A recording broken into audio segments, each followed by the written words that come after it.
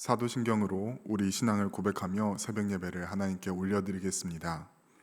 전능하사 천지를 만드신 하나님 아버지를 내가 믿사오며 그 외아들 우리 주 예수 그리스도를 믿사오니 이는 성령으로 잉태하사 동정녀 마리아에게 나시고 본디오 빌라도에게 고난을 받으사 십자가에 못 박혀 죽으시고 장사한 지 사흘 만에 죽은 자 가운데서 다시 살아나시며 하늘에 오르사 전능하신 하나님 우편에 앉아 계시다가 저리로서 산 자와 죽은 자를 심판하러 오시리라. 성령을 믿사오며 거룩한 공회와 성도가 서로 교통하는 것과 죄를 사하여 주시는 것과 몸이 다시 사는 것과 영원히 사는 것을 믿사옵나이다. 아멘.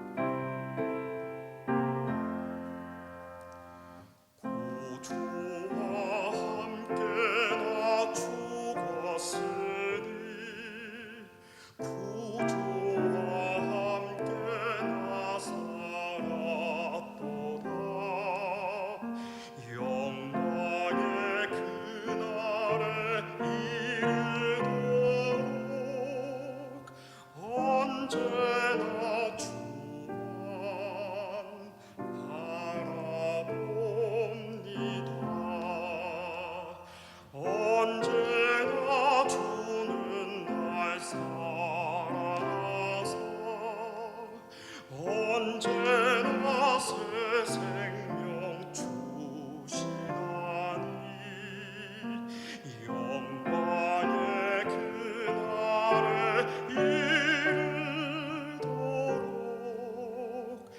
언제나 주만 바라봅니다.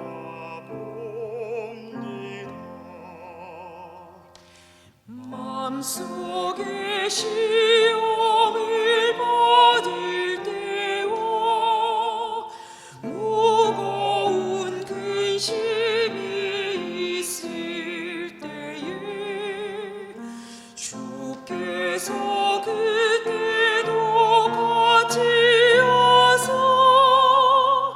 언제나 나를 도와주시네. 언제나 주는 날 사랑하사 언제나 새 생명 주시나니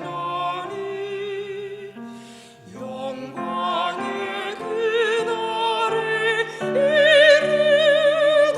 이르도록 언제나 주만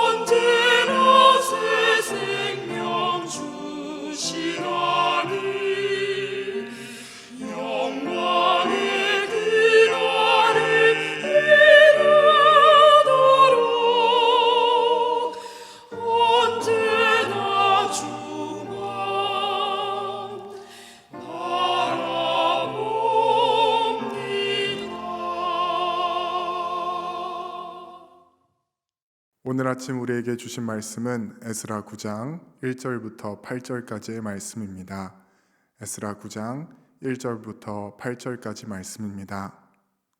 이 일 후에 방백들이 내게 나와 이르되 이스라엘 백성과 제사장들과 레위 사람들이 이 땅 백성들에게서 떠나지 아니하고 가나안 사람들과 헷 사람들과 브리스 사람들과 여부스 사람들과 암몬 사람들과 모압 사람들과 애굽 사람들과 아모리 사람들의 가증한 일을 행하여 그들의 딸을 맞이하여 아내와 며느리로 삼아 거룩한 자손이 그 지방 사람들과 서로 섞이게 하는데 방백들과 고관들이 이 죄에 더욱 으뜸이 되었다 하는지라.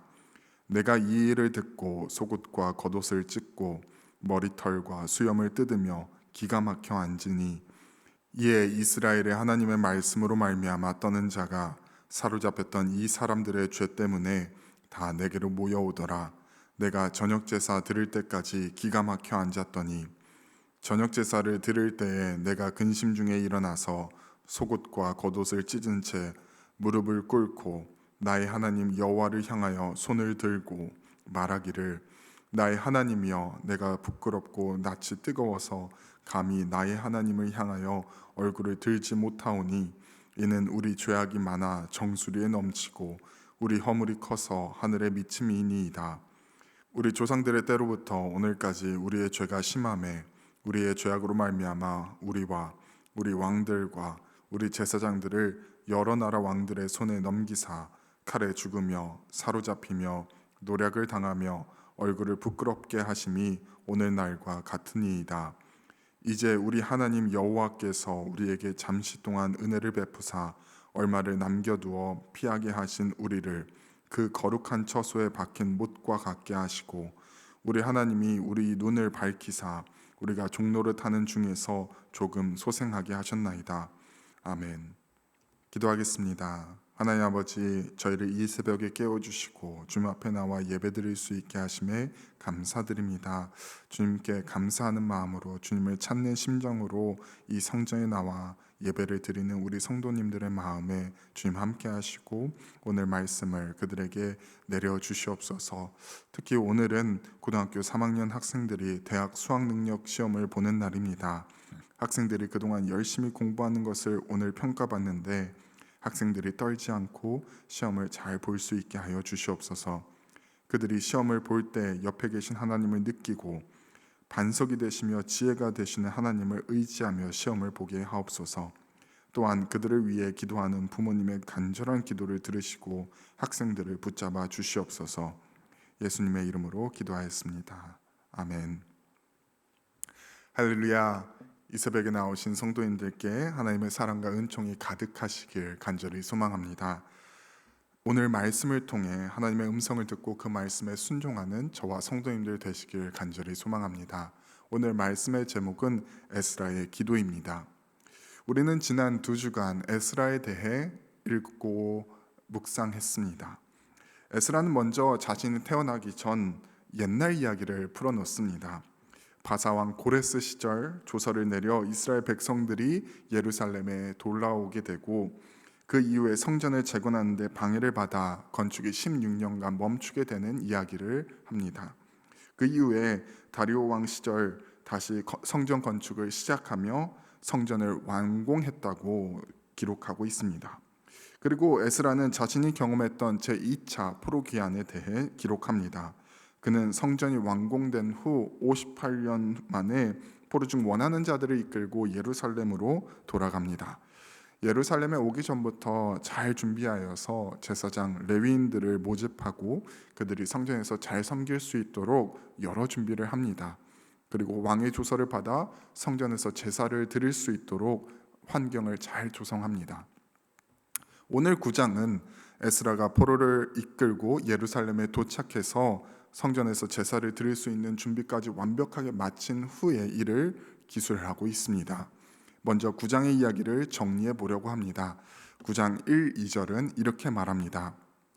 이 일 후에 방백들이 내게 나와 이르되 이스라엘 백성과 제사장들과 레위 사람들이 이 땅 백성들에게서 떠나지 아니하고 가나안 사람들과 헷 사람들과 브리스 사람들과 여부스 사람들과 암몬 사람들과 모압 사람들과 애굽 사람들과 아모리 사람들의 가증한 일을 행하여 그들의 딸을 맞이하여 아내와 며느리로 삼아 거룩한 자손이 그 지방 사람들과 서로 섞이게 하는데 방백들과 고관들이 이 죄에 더욱 으뜸이 되었다 하는지라.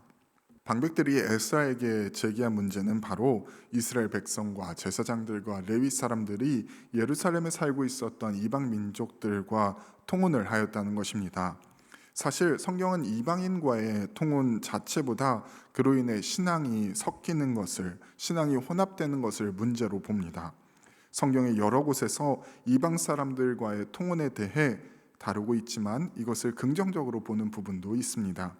예를 들어 기생 라합은 여리고에 살고 있었고 아모리 족속에 속한 사람이었지만 히브리서 11장은 그녀를 믿음의 사람으로 묘사하고 있습니다. 또한 마태복음에서는 그녀를 예수님의 족보에 올립니다. 이뿐만 아니라 룻도 그렇습니다. 룻은 모압 여인이었지만 시어머니인 나오미를 따라 베들레헴으로 이주하게 되었고 보아스와 결혼하여 다윗 왕의 증조 할머니이자 예수님의 족보에 오르는 인물이 되었습니다. 이처럼 통혼을 긍정적으로 기술한 부분이 있음에도 통혼을 하나님께서 막으신 이유는 결혼이라는 것은 단순한 남녀의 만남이 아니라 그들의 문화가 만나는 것이기 때문입니다. 결혼하신 분들은 잘 아시겠지만 결혼은 신랑 신부 두 명의 연합이 아닌 신랑 신부의 집안과의 연합이기 때문에 하나님께서는 통혼을 통해 이방신들과 섞여 영적으로 타락하는 것을 경고하신 것입니다. 신명기 7장 3절 4절도 통혼의 위험에 대해서 이렇게 말하고 있습니다.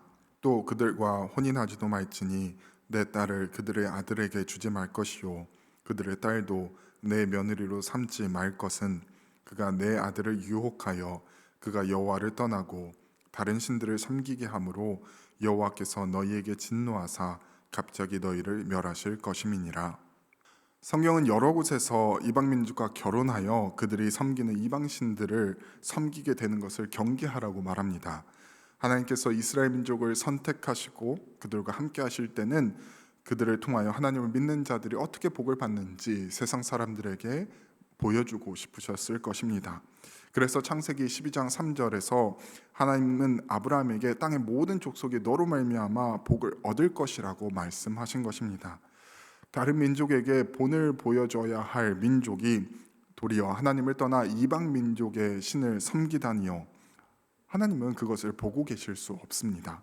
그래서 하나님은 그들에게 벌을 내리셨고 이 때문에 북이스라엘과 남유다는 멸망하게 됩니다. 이것을 이스라엘 민족은, 이스라엘 백성들은 참 잘 알고 있었습니다. 그래서 방백들이 에스라에게 나와 이 문제를 제기한 것이었고 에스라도 그 속옷과 겉옷을 찢으며 가슴 아파했던 것입니다. 에스라는 이스라엘 백성의 통혼 문제를 하나님께 자복하며 이렇게 이야기합니다. 우리 조상들이 죄가 많아서 하나님께 벌을 받아서 포로를 끌려갔다가 하나님께서 은혜를 베푸셔서 지금 좀 살아났는데 다시 죄를 짓다니요. 하나님, 제가 하나님 앞에서 얼굴을 들 수가 없습니다 하고 말입니다. 이것이 에스라 9장의 이야기입니다. 바라기는 오늘 읽은 에스라 9장이 옛날 이야기로 들려지지 않길 소망합니다. 오늘의 본문은 현 시대를 사는 우리들에게도 말씀을 하고 있습니다. 에스라 9장을 통해 두 가지 교훈을 발견하길 소망합니다. 첫째는 우리의 신앙에 대해 교만하지 말아야 한다는 것입니다. 우리가 앞서 보았던 이방 민족과 통혼한 이스라엘 백성은 원래부터 악한 백성이, 악한 사람들이 아니었습니다. 이들은 80년 전 고레스 왕의 조서를 받고 예루살렘으로 돌아온 백성들이었습니다. 그들이 살고 있던 그 당시의 예루살렘은 황폐한 곳이었습니다. 성전도 없었고 성벽도 없었습니다. 예루살렘은 살만한 곳이 아니었습니다. 그들이 살던, 이스라엘 백성들이 포로로 살던 그곳과 비교할 수 없을 만큼 낙후된 곳이었습니다. 그런데 이 예루살렘으로 돌아가도 된다는 고레스 왕의 조서가 있을 때 나섰던 사람들은 남다른 각오와 열심이 있던 사람들이었습니다. 이에 유다와 베냐민 족장들과 제사장들과 레위 사람들과 그 마음이 하나님께 감동을 받고 올라가서 예루살렘의 여호와의 성전을 건축하고자 하는 자가 다 일어나니, 이 자들은 하나님의 감동을 받은 자들이었습니다. 그리고 그들은 예루살렘에 가서 성전을 짓고 사는 것이 어려울 줄 알았지만, 지금 사는 곳에서 편하게 사는 것이 몸은 더 편할 것이라는 것을 알았지만, 순수한 마음과 열정으로 예루살렘에 가서 성전을 짓고 삶의 터전을 일구었던 사람들입니다. 16년간 성전 건축이 중단되는 아픔도 같이 겪었던 사람들입니다. 그리고 성전을 완공시켰던 사람들입니다. 하나님을 위해 궁핍함과 어려움을 인내함으로 버텼던 사람들입니다. 그런데 이렇게 하나님을 위해 일하고 애썼던 그들이, 또한 그들의 자손이 하나님의 명령을 어기고 이방 민족과 통혼을 했던 것입니다. 우리에게도 이런 모습이 없는지 살펴보았으면 좋겠습니다. 우리 한사랑교회가 자리 잡는데 물질과 시간과 힘을 다 바쳐서 섬기신 분들이 참 많습니다. 처음에는 순수한 마음으로 주의 전에 나와 섬기길 힘쓰고 아무 대가 없이 내 것을 바쳐서 교회를 섬겼을 것입니다. 그런데 이 순수한 마음이 지금도 유효한가, 다시 한번 우리 자신을 살펴보았으면 좋겠습니다. 고린도전서 10장 12절은 이렇게 말합니다. 그런즉 선줄로 생각하는 자는 넘어질까 조심하라. 내가 지금 올바로 서 있다고 나 정도면 신앙생활 잘한다고 생각하고 있지 않습니까? 만약에 그렇다면 그것은 마귀가 참 틈타기 좋은 자세입니다. 하나님 앞에서 철저하게 구별하여 드렸던 물질과 시간이 어느샌가 세상과 타협하며 줄어들고 있지는 않습니까? 경제적 문제 때문에, 자녀 때문에 하나님도 이해하시겠지 하며 우리의 처음 신앙을 잃어버렸다면 우리는 지금 넘어지고 있는 중일지도 모릅니다. 이 새벽에 우리의 신앙을 다시 한번 점검하길 소망합니다. 두 번째 교훈은 에스라의 기도에서 찾아볼 수 있습니다. 에스라는 방백들에게 이스라엘 백성의 통혼 문제를 듣고 속옷과 겉옷을 찢습니다. 그리고 찢어진 속옷과 겉옷을 입은 채 저녁 제사를 드릴 때에 하나님께 이스라엘의 죄를 고백합니다. 6절은 이렇게 말합니다. 말하기를 나의 하나님이여, 내가 부끄럽고 낯이 뜨거워서 감히 나의 하나님을 향하여 얼굴을 들지 못하오니 이는 우리 죄악이 많아 정수리에 넘치고 우리 허물이 커서 하늘에 미침이니이다. 에스라는 기도를 하며 이스라엘 자손의 죄를 고백합니다. 그 내용은 앞에서도 보았던 것처럼, 하나님, 우리 조상들이 하나님께 범죄하여서 나라가 망하게 되었고 포로로 잡혀가게 되었는데, 하나님께서는 우리 민족을 불쌍히 여기셔서 은혜를 베푸시고 다시 예루살렘으로 돌아오게 하셨습니다. 그런데 저희들이 아직도 정신을 못 차리고 하나님 앞에서 범죄하고 있습니다 하고 고백한 것이었습니다. 그런데 인상 깊은 것은 에스라가 죄를 고백하면서 계속해서 우리라는 단어를 반복하고 있다는 것입니다. 사실 에스라와 에스라를 따라 예루살렘으로 돌아온 포로 귀환 자들은 이방 민족과 통혼을 하는 죄를 범하지 않았습니다. 이방 민족과 통혼하는 죄를 범한 것은 1차 포로 귀환 때 돌아온 무리들이었습니다. 에스라는 이들을 저주하면서 혼내고 하나님께 우리가 아닌 저들을 혼내주세요, 저들을 벌내려 주세요 하고 말할 수도 있었을 것입니다. 하지만 에스라는 이들조차 끌어안고 그들의 죄를, 자기의 죄를 고백하는 것과 같은 심정으로 고백합니다. 에스라가 이렇게 할 수 있었던 것은 범죄를 저지른 1차 포로 귀환 자들도 하나님 나라를 위해 같이 나아가야 할 동역자임을 알고 있었기 때문입니다. 부족한 점이 많지만, 비록 죄를 범하였지만 그들도 하나님 나라를 확장시키며 복의 통로가 되어야 할 사명을 지닌 이스라엘 백성이었기 때문에 에스라는 그들을 동역자로 여긴 것이었습니다. 그래서 죄악을 저지른 그들을 품고 우리라는 울타리 안에 포함시키며 내 죄를 아뢰는 것과 같은 심정으로 우리의 죄를 아뢰는 것이었습니다. 예수님도 사역을 하시며 같은 사명을 가진 자들의 모임의 중요성에 대해서 말씀하셨습니다. 그 단적인 예가 바로 주기도문입니다. 주기도문을 자세히 들여다보면 개인의 기도가 아니라 공동체의 기도임을 잘 알 수 있습니다. 주기도문은 하늘에 계신 우리 아버지여라고 시작을 하고 계속 우리를 말하며 강조하고 있습니다. 예수님께서 주기도문을 가르쳐 주시며 우리를 강조하신 이유는 공동체 없이 신앙생활을 하기 어렵기 때문입니다. 신앙의 어려운 여정을 홀로 간다면 그 길은 쉽게 완주하기 어려울 것입니다. 그래서 우리에게 같은 사명을 받은 교회라는 공동체를 허락하신 것이 아닌가 생각하게 됩니다. 바라기는 우리 공동체를 소중히 여기길 소망합니다.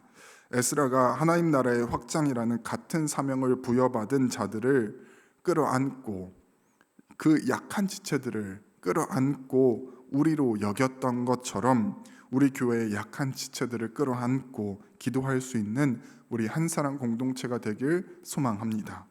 나와 달라서 내치는 공동체가 아니라 나와 달라도 같은 사명을 품었다면 품을 줄 아는 넓은 품을 가진 한 사람 공동체가 되길 간절히 소망합니다. 함께 주기도문 하심으로 예배를 마치겠습니다. 하늘에 계신 우리 아버지여, 이름이 거룩히 여김을 받으시오며 나라가 임하시오며 뜻이 하늘에서 이루어진 것 같이 땅에서도 이루어지이다. 오늘 우리에게 일용할 양식을 주시옵고 우리가 우리에게 죄 지은 자를 사하여 준 것 같이 우리 죄를 사하여 주시옵고 우리를 시험에 들게 하지 마시옵고 다만 악에서 구하시옵소서. 나라와 권세와 영광이 아버지께 영원히 있사옵나이다. 아멘.